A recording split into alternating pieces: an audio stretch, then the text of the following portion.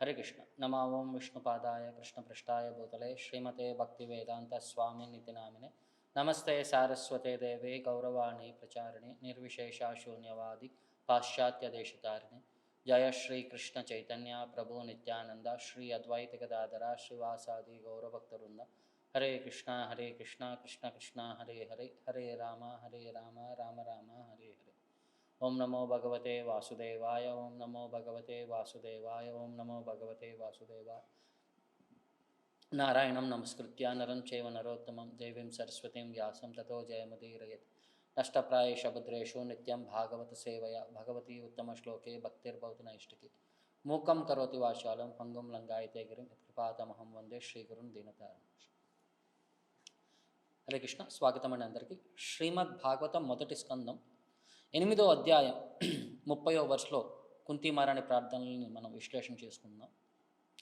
So ఇవాళ ఆమె ప్రార్థిస్తూ జన్మ కర్మ చ విశ్వాత్మన్ అజస్య అకర్తురాత్మనః తీర్యన్ ఋషిషు యాదుక్షు తత్ అత్యంత విడంబనం.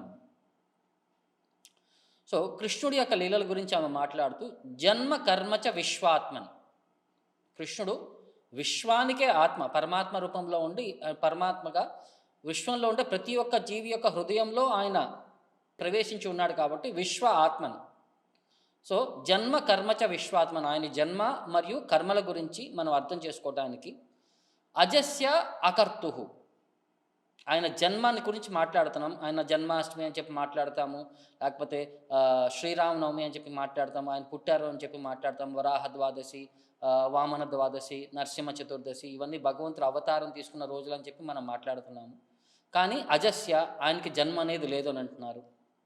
మరి కర్మలు అని అంటున్నాం, ఆయన ఎన్నో లీలలు చేశారని అంటున్నాం. బట్ అకర్తు, ఆయనకి డ్యూటీలు ఏం లేవు, రెస్పాన్సిబిలిటీస్ ఏం లేవు అని చెప్పి మళ్ళీ ఎలాగంటున్నాము. ఇవన్నీ కూడా మరి ఆయన జన్మ తీసుకున్నప్పుడు ఎక్కడెక్కడ జన్మ తీసుకున్నాడంటే తీర్యన్ ఋషిషు యాదుషు, జంతువుల మధ్యలో, మనుషుల మధ్యలో, ఋషుల మధ్యలో, జలాశయాల్లో అంటే జలంలో ఉండే జంతువుల్లో. సో ఇలాగ ఆయన తీర్యన్ ఋషిషు యాదుషు తత్ అత్యంత విడంబన, ఇవన్నీ కూడా మనల్ని సమ్మోహనం పరుస్తాయి అన్నమాట. మనల్ని కాంట్రడిక్టరీగా బివిల్డర్ చేస్తాయి, అంటే మనల్ని అస్టానిష్మెంట్ క్రియేట్ చేస్తాయి అనమాట. ఇది ఎలా కుదురుతుంది? ఆయనకి జన్మ లేదంటారు, జన్మ తీసుకుంటున్నాడు. ఆయనకి పనులు లేవంటారు, కర్తవ్యం లేదంటారు, ఆయన కర్మలు చేస్తున్నారు. సో వివిధ రకాల జంతువుల్లో ఆయన జన్మ తీసుకుంటున్నారు, మనుషుల్లో జన్మ తీసుకుంటున్నారు, ఋషుల్లో జన్మ తీసుకుంటున్నారు, నీళ్ళలో నివసించే ప్రాణుల కింద ఆయన జన్మ తీసుకుంటున్నారు. మరి ఇవన్నీ ఎలా అర్థం చేసుకునేదంటే ఇవన్నీ అత్యంత విడంబనం, మోస్ట్ బివిల్డరింగ్ పాస్ట్ టైమ్స్ అని చెప్పి ఇక్కడ మనకి కుంతీదేవి ఎక్స్ప్లెయిన్ చేస్తుందన్నమాట. సో వీటిలో భగవంతుడి తత్వాన్ని మనం గ్రాహ్యపరుచుకోలేటి కంటే ఆయన చేసే పనులన్నీ కూడా మన మనస్తత్వానికి, మన మనసుకి ఉండే లిమిటెడ్నెస్కి, పరిమితమైన శక్తికి అవి అగోచరమైనవి. గోచర అంటే మనకి కనిపించదగ్గది, మనం దాని గురించి ఎస్టిమేట్ చేయగలం అనమాట. అగోచరమైనవి అంటే మన కెపాసిటీకి మించివి లీలలు అనమాట. ఆయన్ని శాస్త్రాల ద్వారా కూడా, వేదాలు పఠించడం ద్వారా కూడా ఆయన గురించి మనం అర్థం చేసుకోలేం. మరి ఎవరు భగవంతుడి గురించి ఎవరికి అర్థమవుతారయ్యా అంటే, ఎవరు తెలుసుకోగలరా అంటే శుద్ధ భక్తులు మాత్రమే. వేదేషు దుర్లభ మధుర్లభం ఆత్మభక్తో, వేదేషు దుర్లభ అదుర్లభ, వేదాలలో ఆయన వెతికినా సరే అదుర్లభం, ఆయన దొరకడు. కానీ ఆత్మభక్తహో, ఆయన గొప్ప భక్తులకు మాత్రమే ఆయన గురించి ఆ జ్ఞానాన్ని ఆయన ప్రసాదిస్తారు. అది ఆయన ప్రసాదించినప్పుడు మాత్రమే మనం ఆయన గురించి అర్థం చేసుకోగలం. సో ప్రభుపాద వారు ఈ పద్యం పైన ఆయన లెక్చర్ ఇచ్చినప్పుడు, ఉపన్యాసం ఇచ్చినప్పుడు అక్కడ మనకి కొన్ని ఆస్పెక్ట్స్ గురించి ఆయన ఎక్స్ప్లెయిన్ చేస్తూ కృష్ణుని ఇక్కడ కుంతి మహారాణి విశ్వ ఆత్మన్ అని చెప్పి ఉచ్చరిస్తుంది అనమాట. ఎందుకంటే ఎంటైర్ విశ్వానికి, ప్రతి ఒక్క విశ్వానికి ఒక శరీరం ఉంటుంది, ఒక ఆత్మ ఉంటుంది, ఒక ప్రాణం ఉంటుంది, ఒక వాయువు ఉంటుంది. అలాగే ఈ విశ్వం మొత్తం కూడా ముందుకు జరగాలంటే ఆయన విశ్వ ఆత్మ, ఆయన పరమాత్మ రూపంలో మొత్తం విశ్వాన్ని మేనేజ్ చేసుకుంటూ ముందుకు తీసుకెళ్తున్నాడు. కాబట్టి ఈ విశ్వానికి ఆయన లేకపోతే ఈ విశ్వం ముందుకు జరగదు. కాబట్టి ఆయన విశ్వ ఆత్మ అని చెప్పి ఇక్కడ మనం అర్థం చేసుకుంటున్నాము. ప్లస్ ఇంకోటి ఏంటంటే కృష్ణుడు కూడా విశ్వరూపాన్ని ప్రదర్శించాడు అర్జునుడి కోసం. అది కృష్ణుడి యొక్క బాహ్య శరీరం కింద మనం అర్థం చేసుకుంటే భాగవతంలో ఎలా చెప్తున్నారంటే ఎంటైర్ విశ్వం కూడా ఆయన యొక్క ఒక శరీర రూపాన్ని దాల్చినట్టు మనకు చెప్తున్నారనమాట. ఈ భూమి పైన ఉండే చెట్లు, చేమలు, గడ్డి ఇవన్నీ కూడా భగవంతుడి శరీరం పైన ఉండే ఈ రోమాల్లాగా చెప్తూ, వెంట్రుకల్లాగా చెప్తూ, ఈ భూమి పైన ఉండే జలాశయాలన్నీ కూడా భగవంతుడి శరీరం పైన ఉండే 9 హోల్స్ అని అంటారు, మన నవరంధ్రాలు అని అంటారు. ఇవన్నీ కూడా నవరంధ్రాల కింద లెక్కేస్తారు. భగవంతుడి శరీరంలో ఉండే అస్థికలు, ఎముకలు ఇవన్నీ కూడా వాళ్ళు భూమి పైన ఉండే కొండలు వాటన్నిటినో కంపేర్ చేస్తున్నారనమాట. సో ఆయన యొక్క తలని, కపాలాన్ని బ్రహ్మలోకం కింద, పాతాళ లోకాన్ని ఆయన యొక్క అరికాలు కింద, అలాగ ఎంటైర్ శరీరాన్ని ఈ 14 లోపాల రూపంలో మనం దర్శనం చేసుకోవడానికి ఒక అవకాశాన్ని భగవంతుడు కలిగించాడు అనమాట. ఎందుకంటే భగవంతుడి యొక్క తత్వం అర్థం కాని వాళ్ళ కోసం, లెస్ ఇంటెలిజెంట్ అంటే మందభాగ్యులు ఉన్న వాళ్ళ కోసం భగవంతుణ్ణి భౌతిక ప్రకృతిలో ఎలా చూడాలి అని చెప్పి ఒక అవకాశాన్ని భగవంతుడు ఇక్కడ మనకి కలిగిస్తున్నాడు అనమాట. తద్వారా మనకి ఏంటంటే భక్తులకు కూడా చూసిన ఏ ఒక్క వస్తువుని చూసినా సరే దాని నుంచి కృష్ణుడిని స్మరించుకునే ఒక అవకాశాన్ని కృష్ణుడు ప్రసాదిస్తున్నాడు. సో అలాగా ఒక అవకాశాన్ని మనకి ఇక్కడ ప్రదర్శించిన తర్వాత ఇంకొక చోట కూడా కృష్ణుడు ఆయన యొక్క కర్మలు లేవంటారు. ఓకే, ఇది ఒకటి అర్థం చేసుకునేది.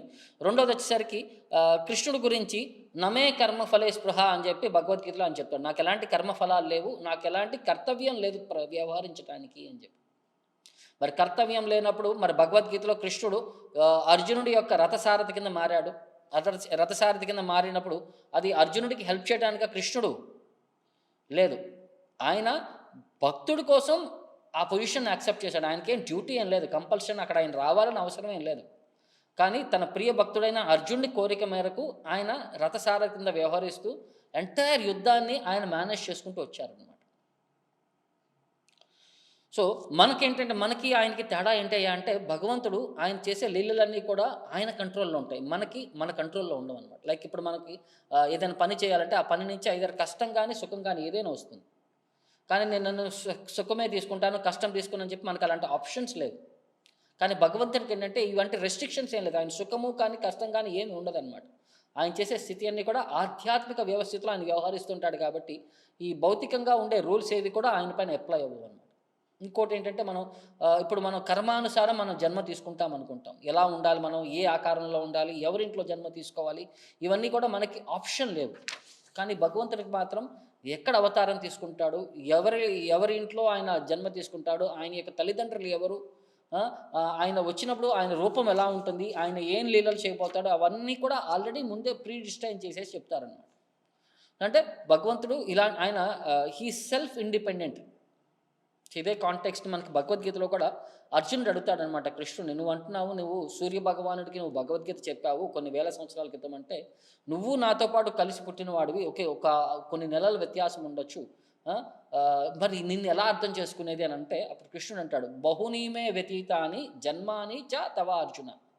నువ్వు నేను ఎన్నో జన్మలు తీసుకున్నావు, కానీ ఏంటంటే అన్ని జన్మల గురించి నాకు గుర్తుంటుంది, నువ్వు జీవుడు కాబట్టి నువ్వు అన్ని జన్మల గురించి మర్చిపోతావు అని చెప్పి భగవంతుడికి జీవుడికి గల వ్యత్యాసాన్ని ఆ వర్స్లో అక్కడ భగవద్గీతలో ఆయన ఎక్స్ప్లెయిన్ చేశాడన్నమాట. సో ఇక్కడ కూడా మనకి కృష్ణుడి యొక్క లీలల గురించి మాట్లాడుతూ కృష్ణుడు యొక్క లీలలన్నిటి కూడా ఆయన వివిధ రూపాల్లో తీసుకున్న లీలలన్నీ కూడా మనకి ఆశ్చర్యపరుస్తాయి అనమాట. ఎలాగంటే ఆయన 7 సంవత్సరాల వయసులో గోవర్ధన్ పర్వతాన్ని ఎత్తుతాడు. అది ఏంటి, లెఫ్ట్ హ్యాండ్.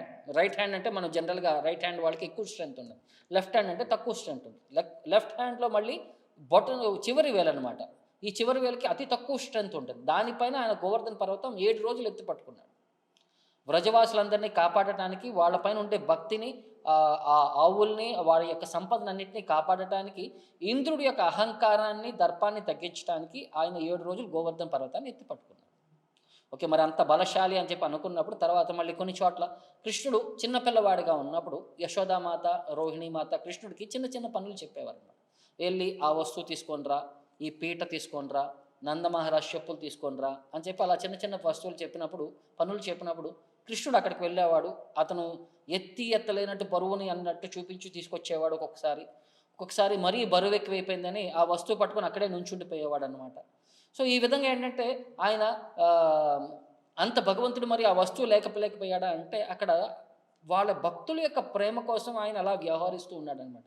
వాళ్ళలో ఆ మాతృ స్వభావం ఒక కృష్ణుడు యొక్క ఆ ఆనందాన్ని కలిగించే అవకాశాన్ని కోసం ఆయన అలా వ్యవహరిస్తూ వాళ్ళ యొక్క హృదయాలన్నీ ఆకట్టుకునే విధంగా ఆయన వ్యవహరించేవాడు. సో అలాగా మనకి కృష్ణుడి లీలల్లో కొన్ని పర్స్పెక్టివ్స్ మనం అర్థం చేసుకోవచ్చు. ఆయన 3 నెలల వయసులో ఉన్నప్పుడే పూతన అనే రాక్షసుని ఆయన సంహరించేశాడు. మరి అంత శక్తి కలగమైన ఒక 6 నెలల వయసులో ఆయన ఉయ్యాల్లో పడుకోబెట్టినప్పుడు ఆ తర్వాత ఆయన కాలుతో తన్నంగానే శకటాసుర అనే రాక్షసుని సంహరించాడు. 6 నెలల బాలుడు కాలుతో తన్నితే ఎంత శక్తి ఉంటుంది. ఆయన యొక్క కాలు టచ్ అయ్యేసరికి మన ఎడ్ల బండి లాంటిది మొత్తం ఇరిగిపోయి అన్ని దానిపైన ఉండే వస్తువులన్నీ కూడా అటు ఇటు వెళ్ళి పడిపోయినాయి. సో అవన్నీ కూడా మనకి కాంట్రడిక్టరీ. ఒక చోట ఏమో ఆయన స్ట్రెంత్ లేనట్టు చూపిస్తున్నాడు, ఇంకో చోట అయినా ఆయన పర్ఫెక్ట్గా ఒక చిన్న మైన్యూట్ టచ్తోనే ఆయన ఎక్కువ స్ట్రెంత్ చూపించినట్టు మనకు అనిపిస్తుంది అనమాట. ఇలాగ మనకి కొన్ని లీలల్లో మనం అర్థం చేసుకోవచ్చు. అలాగే నరసింహస్వామి అవతారం తీసుకున్నప్పుడు హిరణ్యకశిపుడు ఆ వరాలు కోరుకున్నాడు బ్రహ్మదేవుడి దగ్గర నుంచి. ఆయన ఎలా విధంగా అయినా సరే నన్ను సంహరించకుండా ఉండకూడదు, నేను అమరుడినై ఉండాలని చెప్పి చాలా విధాలుగా కోరికలు కోరుకున్నాడు. కానీ సమయం వచ్చినప్పుడు ప్రహ్లాద్ మహారాజుని చిత్రహింసలు పెట్టినప్పుడు నరసింహస్వామి అవతారం తీసుకున్నప్పుడు హిరణ్యకశిపుడి యొక్క వరాలన్నింటినీ కూడా కాపాడుతూ బ్రహ్మ ఇచ్చిన వరాలన్నింటినీ మెయింటైన్ చేస్తూ అతనికి అగోచరమైన రూపంలో వచ్చాడనమాట. అంటే హిరణ్యకశిపుడు ఏం వరం కోరుకున్నాడంటే అతన్ని మనిషి కానీ మనిషి కానీ జంతువు కానీ దేవతలు కానీ జలస్థరాసులు కానీ లేకపోతే దేవతలు కానీ లేకపోతే బ్రహ్మ సృష్టించిన ఏ జీవి నుంచి కూడా అతనికి మృత్యు ఉండకూడదని చెప్పి కోరుకున్నాడు. మరి భగవంతుడు ఎలాంటి అవతారం తీసుకున్నాడు? ఇటు మనిషి కాదు, అటు జంతువు కాదు, నరహరి. నర హరి అంటే లయన్ అనమాట, హాఫ్ మ్యాన్ హాఫ్ లయన్ అనమాట. సో అలాంటి అవతారం. మరి ఆయన బ్రహ్మ సృష్టించిన జీవ కాదు. సో అలాగా తర్వాత ఆయన వచ్చినవాడు ఇలా మళ్ళీ ఈయన అడిగాడు అనమాట, పొద్దున కాదు రాత్రి కూడా కాదు, ఏ సమయంలో కూడా నన్ను సంహరించకూడదు అంటే సాయంకాలం పూట సంహరించాడు. అది పొద్దున కాదు సాయంత్రం కాదు, అది సంధ్య సమయం. తర్వాత మరి ఆయన్ని భూమిపైన చంపకూడదు, ఆకాశంలో చంపకూడదు, ఆయుధంతో చంపకూడదు, నీళ్లపైన చంపకూడదు అని చెప్పారనమాట. సో అప్పుడు భూమిపైన చంపలేదు, ఆకాశంలో చంపలేదు, ఇంట్లో కాదు ఇంటి బయట కాదు అని అన్నాడు. అలాంటప్పుడు గడప పైన కూర్చున్నాడు. గడప ఇంటి లోపల కాదు ఇంటి బయట కాదు, అది పొద్దున కాదు సాయంకాలం కాదు సంధ్యా సమయం, అది భూమి మీద కాదు ఆకాశం కాదు నీళ్లలో కాదు, ఆయన తొడపైన కూర్చోపెట్టుకున్నాడు. ఆయన యొక్క అస్త్రంతో కానీ శస్త్రంతో కానీ దేంతో కూడా చంపకూడదన్నాడు. భగవంతుని యొక్క గోటితో ఆయన పొట్టని చీల్చి అక్కడ సంహరించాడనమాట. సో ఈ విధంగా బ్రహ్మ ఇచ్చిన అన్ని వరాలని కాపాడుతూ భగవంతుడు హిరణ్యకశిపుణ్ణి ఒక ఆశ్చర్యపరిచే విధంగా ఒక రూపం తీసుకుని అతను సంహరించాడు. అలాగే మనకి వేరే అవతారం తీసుకున్నప్పుడు కూర్మ అవతారం తీసుకున్నప్పుడు అక్కడ దేవతలు దానవుల్ని ఇన్స్పైర్ చేసి వాళ్ళందరినీ సముద్ర మంథనం చేయడానికి వాళ్ళందరినీ అక్కడికి తీసుకెళ్ళినప్పుడు వాళ్ళు మందర పర్వతాన్ని నీళ్ళలో పెట్టంగానే వీళ్ళు చిలికేటప్పటికి ఆ పర్వతం యొక్క బరువుకి నీళ్ళలో కుంగిపోయిందనమాట. సో దాన్ని బయటికి లేపడానికి భగవంతుడే ఒక విశాలమైన రూపంలో ఒక కశ్యప రూపంలో, ఆ కూర్మ రూపం ఎంత ఉండిందంటే ఆయన సైజు 8 లక్షల మైల్స్ అంత సైజు ఉందంటే ఒక పెద్ద ఐలాండ్ అంత సైజు ఉండిందనమాట. ఆయన ఆకారం ఆయన తీసుకుంది. మళ్ళీ ఆకారం తీసుకున్నాడు. ఆ ఆకారం మళ్ళీ పైనుంచి మళ్ళీ కదలకుండా ఉండటానికి కొండ, దానిపైన ఒక సహస్ర శీర్ష పురుషులాగా ఒక 1000 తలకాయలుండి 1000 చేతులుండి ఆ పురుషుల్లాగా పైన కూర్చొని పైన కింద 2 అవతారాలతో ఆ సముద్ర మంథనాన్ని మళ్ళీ దాన్ని కొనసాగించే విధంగా చేశారనమాట. సో ఆ పాశ్చాత్య మతంలో మనకి ఈ ఒక్క లీల కోసం 5 అవతారాలు భగవంతుడు తీసుకున్నాడు. 1 అజితలాగా అవతారం తీసుకున్నాడు ఫస్ట్, 2 కూర్మ, 3 సహస్ర శీర్ష పురుష, 4 ధన్వంతరి, 5 మోహిని. ఆ ఒక్క లీల జరపడానికి కోసం 5 అవతారాలు వచ్చినాయి అనమాట ఆ పాస్ట్ టైం మొత్తంలో కూడా, ఆ లీలలో కూడా. సో మళ్ళీ తర్వాత రామచంద్రుడి కింద వచ్చినప్పుడు ఆయన రావణాసురుని చంపడానికి వెళ్ళినప్పుడు ఆయనతో పాటు ఉండింది ఆర్మీ ఎవరు? కోతుల ఆర్మీ. రావణాసుడి దగ్గర గొప్ప గొప్ప వారియర్స్ అందరూ ఉన్నారనమాట, యుద్ధకారులు. వాళ్ళందరూ కూడా అన్ని అస్త్రాలు శస్త్రాల్లో ఆరితేరిన వారు. కానీ రాముడి దగ్గర ఉన్నది ఎవరు? అందరూ కోతులు. వాళ్ళకి ఏం తెలుసు మ్యాక్సిమం అంటే రాళ్ళని ఇసురు కొట్టడం, లేకపోతే చెట్లతో ఫైటింగ్ చేయటం, లేకపోతే ఒక చేతులతో అంటే ఫిజికల్ ఫైట్ అనమాట. సో ఇవి తప్ప వాళ్ళకి ఏమి తెలియదు. అయినా సరే ఈ కోతుల యొక్క ఆర్మీతో భగవంతుడు రామచంద్రుడు వాళ్ళని గెలిచాడు. రావణాసుడి యొక్క ఆర్మీ మొత్తాన్ని సంహరించి అక్కడ గెలుచుకున్నాడు. సో అలాగా మనకి ఇంకొక పాస్ట్ టైం కూడా నిదర్శనం చూపిస్తున్నాడు అనమాట. అంతే ఆయన లిమిట్ లేదు. ఆయన సముద్రం పైన నడవటానికి వెళ్ళినప్పుడు సముద్రమే దారి ఇచ్చింది ఆయనకి వెళ్ళటానికి. ఒక రోడ్ వేసాడు, రాయల్ రోడ్ వేసాడు అక్కడ. సో అలాగా భగవంతుడి లీలలన్నీ కూడా ఇది అగోచరము. అలాగే మళ్ళీ ఇంకొక అవతారం వచ్చినప్పుడు పరశురాముడి కింద వచ్చాడు. పరశురాముడు అవతారం తీసుకున్నప్పుడు ఆయన కార్తివీర్యార్జున్ని కార్తివీర్యార్జున వీళ్ళ నాన్నని సంహరించినప్పుడు కార్తివీర్యార్జుని పైన అటాక్ చేయడానికి వెళ్ళినప్పుడు కార్తివీర్యార్జునుడు కొన్ని లక్షల మంది ఆర్మీని పంపిస్తాడు. 10 అక్షోహిణీల ఆర్మీని పంపిస్తే పరశురాముడు ఒకటే వాళ్ళందరినీ ఒక ఆయుధంతోనే, పరశు అనే ఒక ఆయుధంతో వాళ్ళందరినీ సంహరించేస్తాడు. తర్వాత కార్తివీర్యార్జునుడే వస్తాడనమాట. ఆయనకి 1000 చేతులు ఉంటాయి. 1000 చేతుల్లో 500 బాణాలు, 500 విల్లు పెట్టుకొని ఒకేసారి పరశురాముడి పైన అటాక్ చేసినప్పుడు పరశురాముడు అతని యొక్క పరశుతో ఆ కార్తివీర్యార్జున్ని 1000 చేతుల్ని నరికేసి చివరికి అతని తలని సంహరించి అతని వంశాన్ని మొత్తం నాశనం చేస్తాడనమాట. ఒకే ఒక్క పర్సన్. సో అలాగా భగవంతుడు వచ్చేసరికి ఆయన లీలలన్నీ కూడా ఇలాగా అస్టానిషింగ్ అనమాట. అంటే మనకి అన్ని ఆశ్చర్యపరిచాయి అనమాట. అది హయ్యెస్ట్ కేటగిరీ అనమాట. ఆ బివిల్డర్మెంట్ కూడా మనం సమూహపరుస్తాయి అనమాట ఈ లీలలన్నీ కూడా. అలాగే భక్తుల యొక్క లైఫ్లో కూడా భగవంతుడు ఒక్కొక్కసారి ఎలా వ్యవహరిస్తాడంటే, భక్తుల యొక్క సాంగత్యం కోరుకుంటూ ఆయన భక్తుల యొక్క సేవ చేయించుకోవడానికి ఆయన శతవిధాల ప్రయత్నం చేస్తూ ఉంటాడు. సో గోపాలభట్ట గోస్వామి అని చెప్పి చైతన్య మహాప్రభు యొక్క నెక్స్ట్ జనరేషన్ డిసైపుల్స్లో షడ్ గోస్వామిస్లో ఆయన ఉన్నారు. ఆయన ఒకసారి గంధకీ నదికి స్నానానికి వెళ్ళినప్పుడు అక్కడ గంధకీ నదిలో ఆయన దగ్గర ఉండే కమండలంతో నీళ్లు తీసుకోవడానికి ప్రయత్నించినప్పుడు అందులోకి 12 శాలిగ్రామాలు వచ్చినాయి అన్నమాట. సో ఇతను నీళ్ళ కోసం ముంచుతుంటే అందులోకి శాలిగ్రామాలు వస్తుంది. సో ఆయన శాలిగ్రాములు మళ్ళీ ఆయన లోపలికి మళ్ళీ నీళ్ళలో పడేసి మళ్ళీ నీళ్లు ముంచుకుందామని తీస్తే మళ్ళీ శాలిగ్రాములు వచ్చింది. సో మళ్ళీ నీళ్ళ కోసం అని చెప్పి మళ్ళీ అతను లోపలికి ముంచితే మళ్ళీ మూడోసారి మళ్ళీ శాలిగ్రాములు వచ్చింది. సో ఇది భగవంతుడి యొక్క ఉద్దేశం అయి ఉంటుందని చెప్పి ఆ 12 శాలిగ్రాములు తీసుకొని వెనక్కి వచ్చేస్తారు వృందావనానికి. ఒక జన్మాష్టమికి ఒక గొప్ప ధనవంతుడు బంగారపు జ్యువెలరీ, డ్రెస్సు, సిల్క్ బట్టలు అన్నీ తీసుకొచ్చి మీరు మీ మీ విగ్రహాలని అలంకారం చేసుకోండి అని చెప్పి అందరు గోస్వాములందరికీ కూడా ఇచ్చేసి వెళ్తాడు. సో అప్పుడు గోపాలభట్ట గోస్వామికి ఒక కోరిక కలిగిందనమాట. వేరే వాళ్ళందరి దగ్గర కూడా విగ్రహాలు ఉన్నాయి, నా దగ్గర ఒకటి శాలిగ్రాములు ఉన్నాయి, నా దగ్గర కూడా ఒక విగ్రహం ఉండింటే నేను కూడా కృష్ణుని బాగా అలంకారం చేసుకొని నేను బాగా సేవ చేసుకునేవాడిని అని చెప్పి ఒక చిన్న కోరిక కలిగిందనమాట. సో ఆ రాత్రి ఆ కోరికతో ఆయన నిద్రపోయేసరికి తెల్లవారుజామున ఆ 12 శాలిగ్రాముల్లో ఒక శాలిగ్రామమైన దామోదర శాలిగ్రామం కృష్ణుడి రూపంలో మారిపోతుందన్నమాట. సో కృష్ణుడి యొక్క ఆకారంలో the most wonderful deity in Brindavanam అని చెప్పి అంటారు. ఇప్పుడు కూడా ఆయన ఉండటానికి ఇంత సైజు ఉంటారు. మనం బృందావనం వెళ్ళినప్పుడు చూడొచ్చు. ఆయన రాధారమణ్ డీటీ అని అంటారు అనమాట. సో ఆయన చాలా క్యూట్గా ఉంటారు. సో అది అందుకనే రాధారాణికి ఆహ్లాద కలిగించే రూపం కాబట్టి అందుకనే రాధారమణ అని చెప్పి ఆయన పేరు పిలుస్తారు. సో అలాగా భగవంతుడు కూడా లీలలు అనేది కూడా ఆశ్చర్యపరుస్తాయి. శాలిగ్రామం ఏంటి, మనకి విగ్రహం కింద మారటం ఏంటి, ఇవన్నీ కూడా మనకి ఆశ్చర్యపరిచే లీలలు అనమాట, భగవంతుడి యొక్క లీలలు. అలాగే మనకి భాగవతంలో కూడా వేరే చోట మనకి మైత్రేయ భగవంతుడి యొక్క తత్వం గురించి మనకి ఎక్స్ప్లెయిన్ చేస్తూ ఎవరు అర్థం చేసుకోగలరు, ఎవరు అర్థం చేసుకోలేరు అని చెప్పి మాట్లాడుతూ ఆయన చెప్తూ, ఏకాంత లాభం వచసోను పుంసాం శుశ్లోక మౌళేర్ గుణవాదం ఆహు శుషేశ్చ విద్వాద్భిర్ ఉపాకృతాయాం కథాసుధాయాం ఉపసంప్రయోగం అని చెప్తున్నారు. అంటే ఏకాంత లాభం, జీవితంలో అత్యున్నతమైన హయ్యెస్ట్ బెనిఫిట్ ఏంటయ్యా అంటే, ఏకాంత లాభం ఏంటయ్యా అంటే వచసహ మనుషులు భగవంతుడి గురించి లీలలను వినాలన్నమాట. వచసహ భగవంతుడి యొక్క ప్రవచనాలను వింటూ నా పుంసాం శుశ్లోక మౌళే కథాసుధాయాం. శుశ్లోక మౌళే అంటే ఉత్తమమైన శ్లోకాలతో వర్ణింపబడ్డ భగవంతుణ్ణి కథాసుధాయాం, ఆయన గురించి ఆ కథలన్నీ కూడా సుధాయాం ఒక అమృతం లాంటివి అనమాట. పుంస మనుషులందరికీ కూడా ఇది పర్ఫెక్ట్ డ్యూటీ అనమాట. ఏంటంటే భగవంతుడి తత్వం గురించి, భగవంతుడి లీలల గురించి మనం వింటూ ఉండాలి, ఆయన యొక్క ప్రవచనాలు మనం వింటూ ఉండాలి. గుణవాద మాహుహు, అలాంటి లీలలన్నీ కూడా మనం వింటూ ఉంటుంటే ఏమవుతుందంటే ఉపాకృతాయాం, అవన్నీ కూడా వర్ణించబడటం ఎంత బాగా వర్ణించారంటే గొప్ప ఋషులు, విద్వద్భీర్ గొప్ప ఋషులందరూ కూడా ఎంత బాగా దాన్ని వర్ణించారంటే శృతేశ్చ ఉపసంప్రయోగం, మన చెవి యొక్క పర్ఫెక్షన్ ఏంటయ్యా అంటే భగవంతుడి యొక్క లీలలు చెప్పే చోట దాన్ని తీసుకెళ్ళి పెట్టాలంట. ఎక్కడైతే భగవంతుడి యొక్క లీలలు వర్ణిస్తుంటారో మన చెవుని తీసుకెళ్ళి అక్కడ పెట్టి ఆ లీలల్ని మనం వింటూ ఉండాలి. అప్పుడు మన చెవుకి యొక్క సార్థకత దొరుకుతుంది అని చెప్పి చెప్తున్నారు అనమాట. సో తర్వాత బ్రహ్మదేవుడు ఎంత తపస్సు చేశాడు భగవంతుడి గురించి అర్థం చేసుకోవడానికి.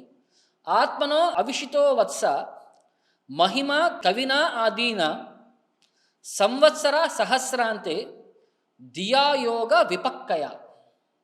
ఓ వత్స అంటే విదురుడికి చెప్తూ, ఓ వత్స, ఓ కుమారుడా, కవిన ఆదిన, ఆది కవి అంటే బ్రహ్మదేవుడు, యోగా విపక్కయ అంటే యోగంలో పర్ఫెక్షన్ పొందిన తర్వాత యోగా విపక్కయ ఎంత సంవత్సరాలు చేశాడు ఈ యోగా అంటే సంవత్సర సహస్రాంతే, కొన్ని వేల సంవత్సరాలు, 1000 సంవత్సరాలు దేవతల యొక్క సమయంలో ఆయన తపస్సు చేశారంట.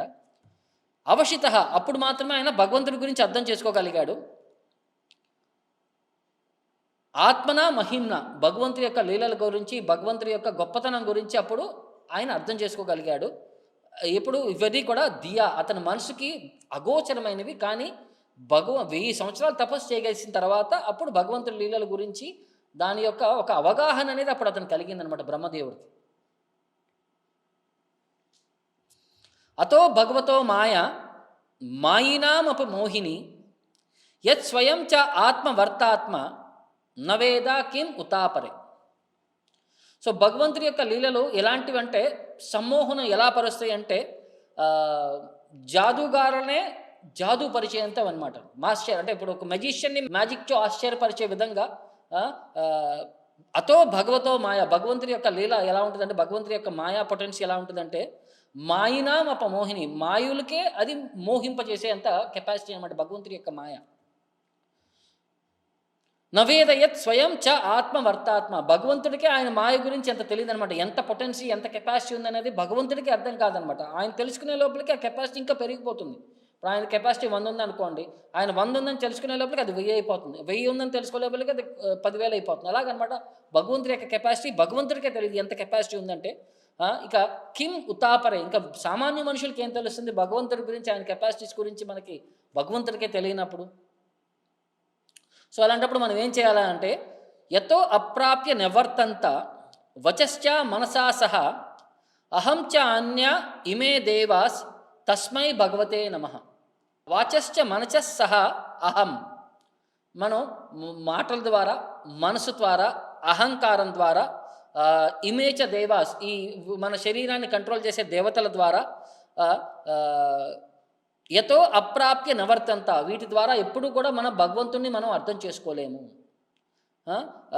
తర్వాత మనం ఇవన్నీ తెలుసుకున్న తర్వాత మనం ఏం చేయగలమా అంటే తస్మై భగవతే నమః, భగవంతుడికి మనం నమస్కారాలు అర్పించడం తప్ప మనం భగవంతుడి గురించి తెలుసుకోవాలంటే ఆయన మనకి రివీల్ చేస్తేనే మాత్రం మనం అర్థం చేసుకోగలం. మన ప్రయత్నం ద్వారా, మన మనసు ద్వారా, మన మాటల ద్వారా, మన వ్యవహారం ద్వారా భగవంతుని మనం అర్థం చేసుకోలేము అని చెప్పి ఆయన చెప్తున్నారు అన్నమాట.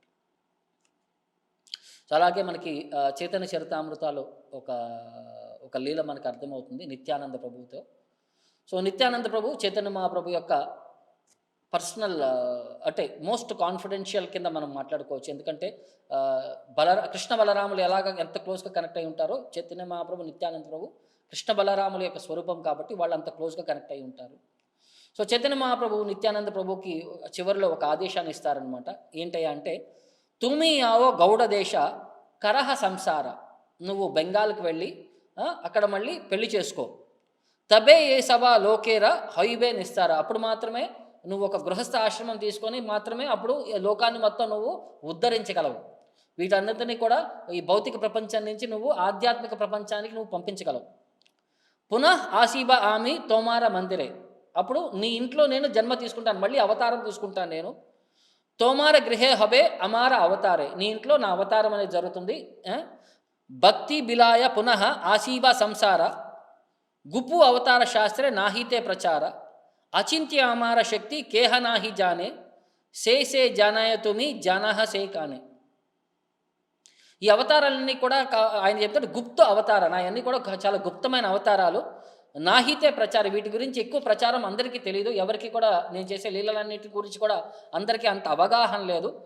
అచింత్య అమార శక్తి కేహ నాహి జానే, నా శక్తి అచింతమైనది, అది అందరికీ ఎవరికి అర్థం కాదు. సే జానాయ తుమి జానాహ సే కానే, నువ్వు మాత్రమే వాటిని అర్థం చేసుకోగలవు, నీ ద్వారా మాత్రమే జనాలకి అర్థమయ్యే విధంగా నువ్వు వ్యవహరించగలవు అని చెప్పి ఆయన ఎక్స్ప్లెయిన్ చేస్తున్నారనమాట. సో నిత్యానంద ప్రభు దగ్గర 12 మంది పర్సనల్ అసోసియేట్స్ ఉన్నారు. వీళ్ళందరూ కూడా కృష్ణ బలరాముల సమయంలో గొప్ప బాలురు అనమాట.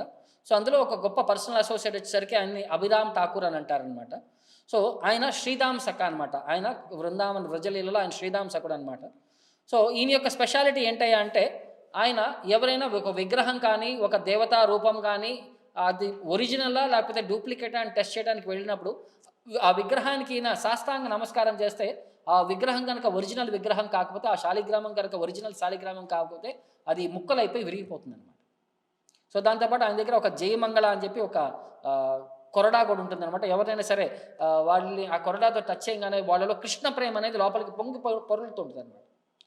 ఆయన ఒక ఫ్లూట్ వాయిస్తాడు. ఎలాంటి ఫ్లూట్ అంటే ఎంత పెద్ద ఒక్కొక్కసారి ఒక చెట్టుని తీసుకొని, ఆ చెట్టు యొక్క కాండం నుంచి తీసుకొని ఒక 6 అడుగులు ఉండే చెట్టు కాండాన్ని తీసుకొని ఆయన ఫ్లూట్ కింద వాయించడం మొదలుపెడతారనమాట. సో, ఆయన యొక్క కెపాసిటీ అనమాట. అంటే ఆయనతో పాటు ఎవరున్నా సరే వాళ్ళందరినీ కృష్ణ ప్రేమంలోకి కీర్తనలు పాడు చేస్తూ వాళ్ళందరినీ కూడా మైమరిచిపోయే లోకాలకు తీసుకెళ్ళిపోతారనమాట. అది ఆయన యొక్క గొప్పతనం అనమాట. సో, ఒకసారి నిత్యానంద ప్రభు పెళ్లి చేసుకున్నారు. పెళ్లి చేసుకున్న తర్వాత ఆయనకి మొదటి సంతానం కొడుకు పుట్టినప్పుడు, సో, అందరిని ఫ్రెండ్స్ అందరిని పిలిచినప్పుడు అభిరామ్ ఠాకూర్‌ని కూడా పిలుస్తారనమాట. సో, ఆయన నిత్యానంద ప్రభు దగ్గరికెళ్ళినప్పుడు వాళ్ళిద్దరు కుశల ప్రశ్నలు అయిపోయిన తర్వాత అభిరామ్ ఠాకూర్ వచ్చేసరికి, "మీ అబ్బాయిని నాకు చూపించవా" అనంగానే అప్పుడు నిత్యానంద ప్రభు సంతోషపడి లోపలికి వెళ్ళి ఆ అబ్బాయిని తీసుకొచ్చి అభిరామ్ ఠాకూర్ ముందు పెట్టంగానే అభిరామ్ ఠాకూర్ ఆయనకి నమస్కారం పెడతాడు. సాష్టాంగ నమస్కారం చేయగానే అబ్బాయి చనిపోతాడు. అబ్బాయి చనిపోయేసరికి నిత్యానంద ప్రభు బాధపడుతుంటారు. ఇంట్లో ఉండే ఫ్యామిలీ మెంబర్స్ అందరూ బాధపడుతుంటారు. అతని యొక్క భార్యలు వసుధ, జాహ్నవి వాళ్ళు బాధపడుతుంటారు. తర్వాత అభిరామ్ ఠాకూర్ అక్కడి నుంచి లేచి వెళ్ళిపోతాడనమాట. ఇలా ఒకసారి కాదు, రెండోసారి, మూడోసారి ఇలా 3, 4 సార్లు జరిగిపోతుందనమాట. ఇక నిత్యానంద ప్రభు పిల్లవాడిని తీసుకొని రావటం, ఈయన నమస్కారాలు పెట్టడం, ఆ పిల్లవాడు చనిపోవటం అనమాట.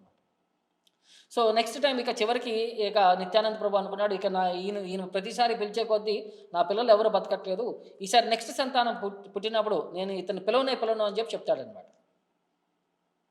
సో, అప్పుడు నిత్యానంద ప్రభు ఆయన మనుషుల్లాంటి పాస్టమ్స్లో వ్యవహరిస్తున్నా సరే ఆయన స్వయం బలరాముడు కాబట్టి ఆయనకి అన్నీ తెలుసు. ఎక్స్టర్నల్గా కూడా ఇవన్నీ కూడా దుఃఖమైన సిచ్యువేషన్లో కానీ but next time Chaitanya Mahaprabhu Nityananda ప్రభు ఆలోచించాడనమాట. ఇలా నెక్స్ట్ టైం ఇలా జరగకుండా చేయాలంటే ఆయన పిలవనేయకూడదు అని చెప్పి నెక్స్ట్ టైం పిల్లవాడు పుట్టంగానే ఆయన మళ్ళీ ఫెస్టివల్ ప్రారంభించాడు. వేరే ఫ్రెండ్స్ అందరిని పిలిచాడు, ఒక ఫంక్షన్ చేస్తున్నాడు, కానీ అభిరామ్ ఠాకూర్ని పిలవలేదన్నమాట. అప్పుడు అభిరామ్ ఠాకూర్ ఇంటికి వేరే ఫ్రెండ్ వక్రేశ్వర్ పండిత్ అని చెప్పి ఆయన వెళ్ళినప్పుడు అక్కడికి వెళ్ళి అడుగుతాడు అనమాట, ఏంటి నువ్వు ఇంకెక్కడ ఉన్నావు, నిత్యానంద ప్రభు పండగ చేస్తున్నాడు, కొడుకు పుట్టిన సంబరంలో ఫెస్టివల్ చేస్తున్నాడు, నువ్వెందుకు వెళ్ళలేదని అంటే నన్ను పిలవలేదంటాడు. అప్పుడు ఆయన గోపబాలుడికి పిలిచేదేంటి, ఆ అకేషన్ ఏంటి, పిలిచేదేంటి, ఇది ఆత్మీయులకి ఇన్విటేషన్ ఏమి అవసరం లేదు, నువ్వు వెళ్ళిపోవచ్చు అనగానే ఓకే నేను తర్వాత వెళ్తానని చెప్పేసి వక్రేశ్వర్ పండిత్ ఇంటి వదిలి వెళ్ళిపోగానే భార్యకి చెప్పి నాకు ఒక అర్జెంట్ పని ఉంది, నేను ఇమీడియట్గా వస్తాను అని చెప్పేసి గంగానది దగ్గరికి వస్తాడు. గంగానది దగ్గరికి రాగానే అక్కడ ఉండే నావవాడిని అడుగుతాడనమాట, నన్ను అవతల వైపు తీసుకెళ్ళమంటే ఆ నావవాడు చెప్తాడనమాట, మీ పేరేంటో చెప్పండి, మీ ఊరేంటో చెప్పండి, ఎందుకంటే నిత్యానంద ప్రభు నాకు సీరియస్ వార్నింగ్ ఇచ్చారు, ఒక మనిషి వస్తాడు అభిరామ్ ఠాకూర్ అని చెప్పి, ఆయన మాత్రం నీరు దాటించద్దు అని చెప్పి నాకు స్ట్రిక్ట్ వార్నింగ్ ఇచ్చారు, సో మీరు కంపనీస్ అభిరామ్ ఠాకూర్ అయి ఉంటారు నాకు తెలిసి, సో మిమ్మల్ని తీసుకెళ్తే మళ్ళీ నిత్యానంద ప్రభు మమ్మల్ని గోపడతారు, మమ్మల్ని శిక్షిస్తారు, మిమ్మల్ని మేము తీసుకెళ్ళమని చెప్పి ఆయన నావని నీళ్ళలో ముంచేస్తాడు. సో అక్కడ ఉండే వాళ్ళందరూ కూడా నావని నిత్యానంద ప్రభుకి భయపడి నావని అందరూ నీళ్ళలో ముంచేస్తారు. సో మీరు నావ తీసుకెళ్ళకపోతే నేను వెళ్ళలేనా అని చెప్పి ఆయన చెద్దరు తీసి నీటిపైన పరిచి దానిపైన కూర్చొని పదానంగానే ఆ చెద్దరు వెళ్ళిపోతూ ఉంటుంది అనమాట. ఆయన నది దాటేసుకొని వెళ్ళిపోగానే అవతల వైపు ఆల్రెడీ అవతల వైపు నుంచి చూసే వాళ్ళందరూ నిత్యానంద ప్రభు ఇంటికి పరిగెత్తుకు వెళ్ళి ఇలా అభిరామ్ ఠాకూర్ పరిగెత్తుకుంటూ వస్తున్నాడు, ఆయన నీళ్లపైన ఆయన ఒక గుడ్డ కూర్చొని నావ లేకుండానే ఆయన దాటుకొని వస్తున్నాడని చెప్పగానే నిత్యానంద ప్రభు సంతోషపడి ఇమీడియట్గా ఆయన్ని ఆహ్వానించడానికి మొత్తం కీర్తనలతో సంకీర్తనలు చేసుకుంటూ భక్తులందరూ కూడా నది వైపు వస్తుంటారు. సో వాళ్ళందరూ రాగానే ఆయన ఆహ్వానించి కౌగలించుకొని అంతా జరిగింది. అక్కడి నుంచి కీర్తనలో వీళ్ళు పాటలు పాడుతున్నారు, ఆయన ఫ్లూట్ వాయిస్తున్నారు, అందరూ కూడా సమ్మోహనంలో చాలాసేపు సంకీర్తనం పాటించిన తర్వాత బాగా అలిసిపోయిన తర్వాత డాన్స్ చేసిన తర్వాత ఇంటికి తీసుకొస్తారనమాట. కాళ్ళు గడిగి కూర్చోబెట్టి నాకు చాలా ఆకలి అవుతుంది, చాలాసేపు సంకీర్తన చేసరికి నాకు భోజనం పెట్టానంట.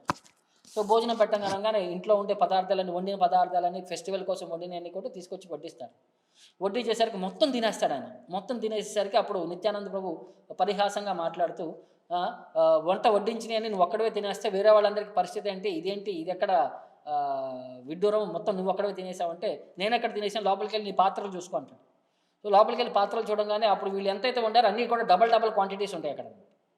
సో ఆయన అంటాడు, గోపబాలురు ఏంటంటే ఫస్ట్ కొంచెం తీసుకుంటే అది ఒకటికి 2 వెనక్కి ఇస్తాం మేము, మా వృత్తిలో అన్నీ తీసుకోవటం మాకు మొత్తం మా వరకే ఉంచుకోవటం అలా ఉండదు మాది ఎప్పుడు కూడా, ఒకటిస్తే మాకు 2 వెనక్కి ఇస్తాం మేము అని చెప్తాను.